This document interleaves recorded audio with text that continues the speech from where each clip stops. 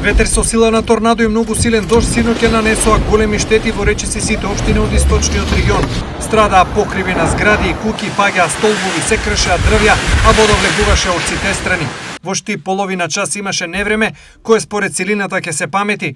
Најголемата штета на едно место е дел од покривот на клиничка болница Штип. Се однесува на последниот спрат, тоа е дел од ортопедија и единицата за интензивно лекување. Тие функционираат, но со намален капацитет.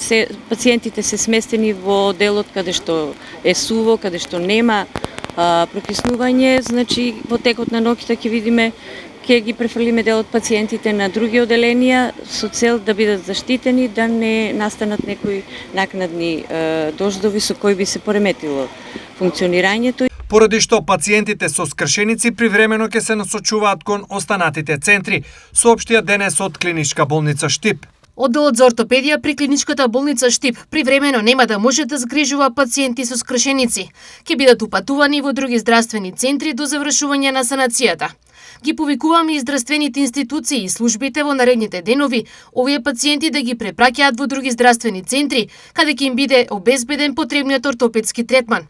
Јавноста ќе биде навремено известена за повторното нормализирање на работата. Големите штети ги потврди и министерот за здравство Сашо Клековски. И има значајни штети на крвната конструкција во клиничката болница во Штип, благодарејќи на брзата интервенција на градоначалникот Иван и на директорот таму веќе се отстранети штетите и се работи на проценки.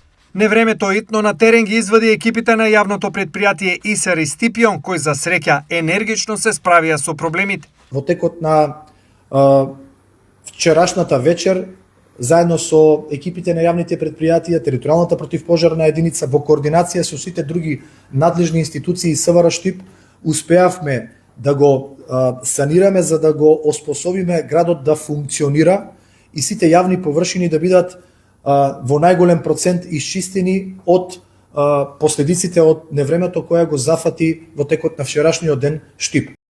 Непогодата проблеми направи и во Кочани, Чешиново, Облешево, Пробиштип, Свети Николи и други општини, каде што исто така имаше брзи реакции на општинските служби преку кризните штабови.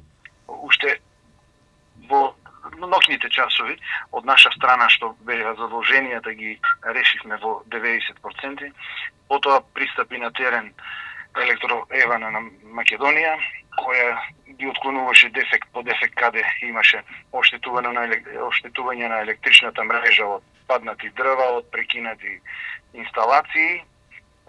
За многу кратко и тие постаса и ноќта околу 2 часот веќе голем дел од градот веќе имаше струја и се постави на мрежата водоводна, бидејќи немавме струја и на бунарите и на препумпната станица. Бунарите кои не напојуваат со вода. Од рано утринава, заедно со кризниот штаб, сме излезени повторно на терен по дневни услови да можеме да најпрецизно ги лоцираме, отстраниме дефектите. Евана очекуваме во секое време да ги санира штетите и да добијат струја населените места кои што се исклучени од системот. Општинските служби и надлежните институции се на терен, за да ги отстранат последиците од невремето и да и помогнат на граѓаните. Ги повикувам сите жители кои имаат претрпено материјална штета, навреме да ја пријават, за да можеме да направиме реална проценка и да преземеме соодветни мерки. Изјави градоначалникот на Пробиштип Тони Тоневски.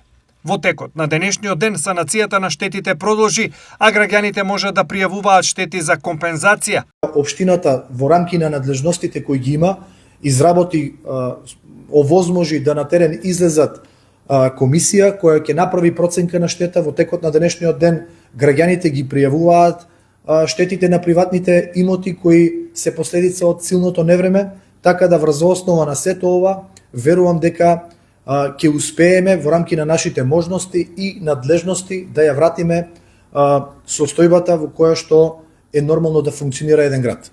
Вчерашното невреме веројатно не е последно, бидејќи од УХМР велат дека во попладневните часови ќе има услови за повремени врнежи од дожд, наместа проследени со појава на грмежи и повремено засилен ветер, додека ветровито ќе биде во текот на денот, речиси на секаде,